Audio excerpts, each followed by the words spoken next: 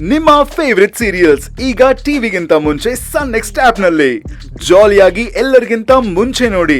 ಈಗಲೇ ಸನ್ next app download ಮಾಡಿ ಮತ್ತು ಸಬ್ಸ್ಕ್ರೈಬ್ ಮಾಡ್ಕೊಳ್ಳಿ. ಮಾಯಮ್ಮ ಹೊಡೋಣವಾ? ಆಮೇಲೆ ರಾಹುಕಾಲ ಶುರು ಆಗ್ಬಿಟ್ರೆ ಕಳೆದ್ಮೇಲೆ ಹೋಗಿ ಅಂತ ಅಜ್ಜಿ ಶುರು ಮಾಡ್ಕೊಂಡು ಬಿಡ್ತಾರೆ. ನನಗಷ್ಟು ಕಾಯೋ ಟೈಮ್ ಇಲ್ಲ. ನಿಮ್ಮನ್ನ ಡ್ರಾಪ್ ಮಾಡಿ ಸ್ವಲ್ಪ ಕೆಲಸ ಇದೆ, ಹೋಗ್ಬೇಕು. ನಾನು ನಿಮ್ಗೆ ಕಾಯ್ತಾ ಇದ್ನಪ್ಪ. ಹೊರಡೋಣ. ಏನು ಮರ್ತಿಲ್ಲ ತಾನೆ? ಏನು ಮರ್ತಿಲ್ಲಪ್ಪ. ಸರಿ ಬನ್ನಿ. ಒಂದ್ ನಿಮಿಷ, ನೀವು ಕಾರ್ ಹತ್ರ ಹೋಗಿರಿ. ನಾನು ಅಜ್ಜಿಗೆ ಮತ್ತೆ ಸೇವಂತಿಗೆ ಹೇಳ್ಬಿಟ್ಟು ಬರ್ತೀನಿ. ಬೇಡ ಅರ್ಜುನ್, ಮಾಯಮ್ಮನೆಲ್ಲೂ ಕರ್ಕೊಂಡು ಹೋಗ್ಬೇಡ. ಇನ್ಮೇಲೆ ಅವರು ನಮ್ಮನೇಲಿ ನಮ್ ಜೊತೆನೇ ಇರ್ತಾರೆ.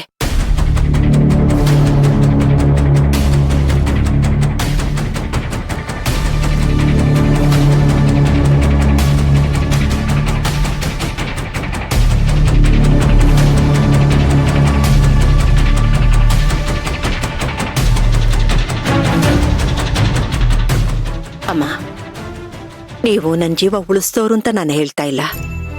ನೀವ್ಯಾರು, ನಿಮ್ಮ ಹಿನ್ನೆಲೆ ಏನು ಅಂತ ತಿಳ್ಕೊಳ್ದೆ ನಾವು ದುಡುಕಿ ನಿಮ್ಮನ್ನ ಈ ಮನೆಯಿಂದ ಆಶ್ರಮ ಕಳ್ಸಕ್ ನೋಡಿದ್ವಿ.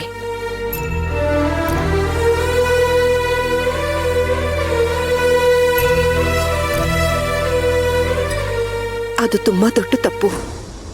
ಅದಕ್ಕೆ ಎಲ್ರನ್ನೂ ಒಂದೇ ತಕಡಿಲಿ ತೂಗಬಾರ್ದು. ಯಾವುದೇ ಕಲ್ಮಶ ಇಲ್ದೆ ನಿರ್ಮಲ ಮನ್ಸ್ನೋರು ಇರ್ತಾರೆ ಅಂತ ನನಗೆ ತುಂಬಾ ಲೇಟಾಗಿ ಅರ್ಥ ಆಯ್ತಮ್ಮ.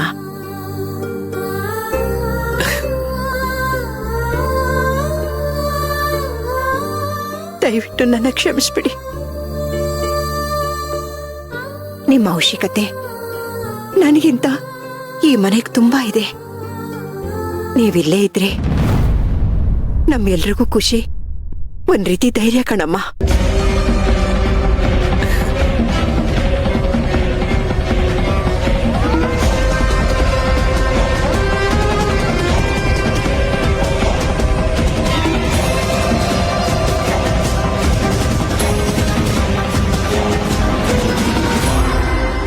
ಹೌದು ಸರ್, ಕಳೆದು ಹೋಗಿರೋ ನಮ್ ಕೃಷ್ಣ ಇವರಿಂದ ಸಿಗಬಹುದು ಅನ್ನೋ ದೂರದ ಆಸೆ ನಮ್ದು. ಇವ್ರಿಗೆ ಆ ಶಕ್ತಿ ಇದೆ ಸರ್, ನನಗೂ ಆ ನಂಬಿಕೆ ಇದೆ. ಇವ್ರು ಇಲ್ಲೇ ಇರ್ತಾರೆ ಅಂದ್ರೆ ಎಲ್ರಿಗಿಂತ ಹೆಚ್ಚಿಗೆ ಖುಷಿ ಆಗೋದು ನನಗೆ. ಏನ್ ಮಾಯಮ್ಮ, ನೀವಿಲ್ಲೇ ಇರ್ತೀರಲ್ವಾ? ನಿಮ್ಗೇನು ಅಭ್ಯಂತರ ಇಲ್ಲ ತಾನೆ?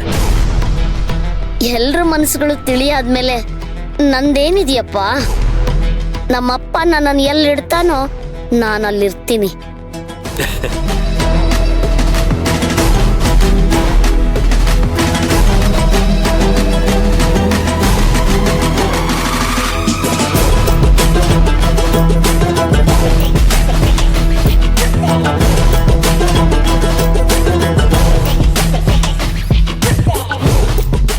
ಹೆದ್ರುಕೊಳ್ಳೋಂಥದ್ದೇನಿಲ್ಲಣ್ಣ. ಅಮ್ಮನ್ಗೆ ಹಾಗಾಗಿದ್ ನಿಜ. ಆದ್ರೆ ಈಗ ಸರಿ ಹೋದ್ರಲ್ಲ, ನೀನ್ ತಲೆ ಕೆಡ್ಸ್ಕೋಬೇಡ.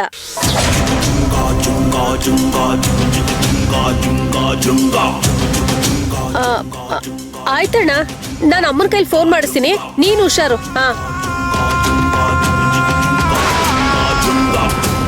ಇದೇನಿದು?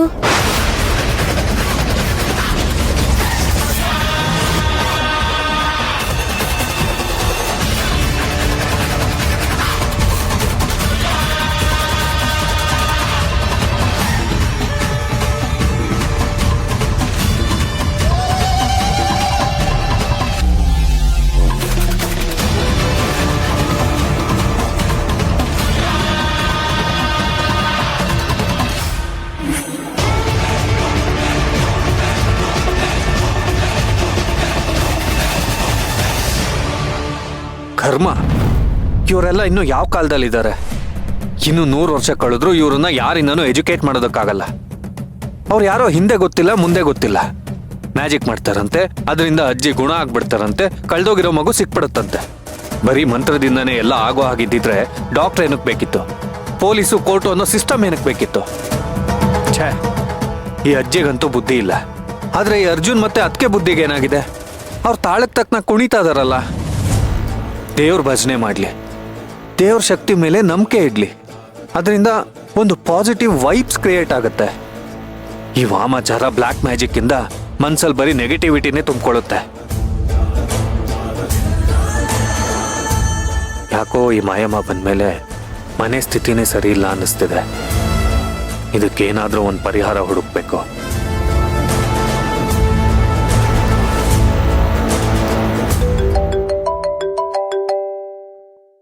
ಇದೇನಿದು?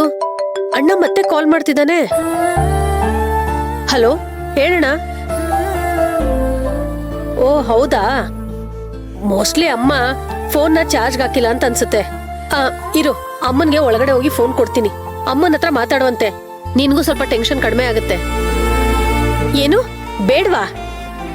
ಸರಿ ಸರಿ ಗೊತ್ತಾಯ್ತು. ಈಗ ನೀನ್ ಅಲ್ಲಿ ಮಲ್ಕೊಳ್ಳೋ ಟೈಮ್ ಅಂತ.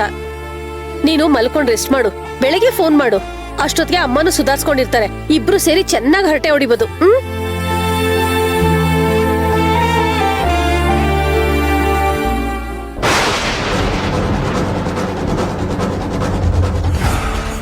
ಇಷ್ಟು ದಿನ ಈ ಗಂಟು ಇರ್ಲಿಲ್ಲ. ಯಾವ್ದಾದ್ರು ಪಕ್ಷಿ ತಂದು ಹಾಕಿರ್ಬೋದಾ? ಅದು ನೋಡಿದ್ರೆ ಹಾಗನ್ನಿಸ್ತಾ ಇಲ್ಲ. ಯಾರೋ ಪಿಕ್ಕ ಗಂಟು ಕಟ್ಟಿ ಇಲ್ಲಿ ನೇತಾಕಿರೋ ಆಗಿದೆ. ಯಾರು ಹಾಕಿರ್ಬೋದು? ಒಳಗಡೆ ಏನಿರ್ಬೋದು?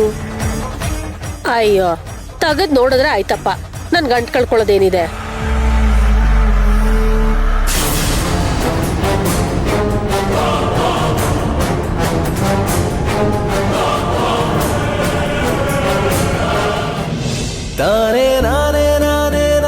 ಬನ್ನಿ. ಹಾ ಅರ್ಜುನ, ನೋಡ್ತಾ ನಿನ್ ಹೆಂಡ್ತಿನ.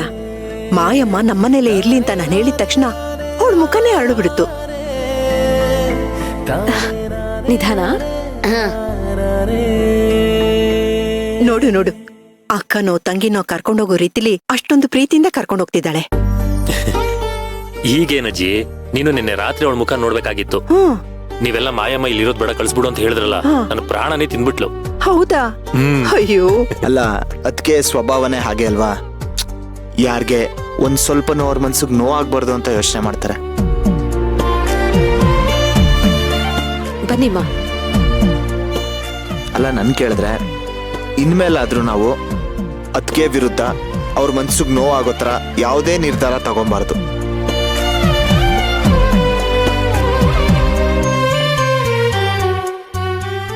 ಅಟ್ಲೀಸ್ಟ್ ಅದರಿಂದಾದ್ರೂ ಕೃಷ್ಣ ಮನೇಲಿಲ್ಲ ಅನ್ನೋ ನೋವು ಅವ್ರಿಗೆ ಸ್ವಲ್ಪ ಕಡಿಮೆ ಆಗುತ್ತೆ. ಕರೆಕ್ಟಾಗಿ ಹೇಳಿದೆ ಅಜ್ಜಿ. ನೀನ್ ಬಾ ಕೂತ್ಕೋ.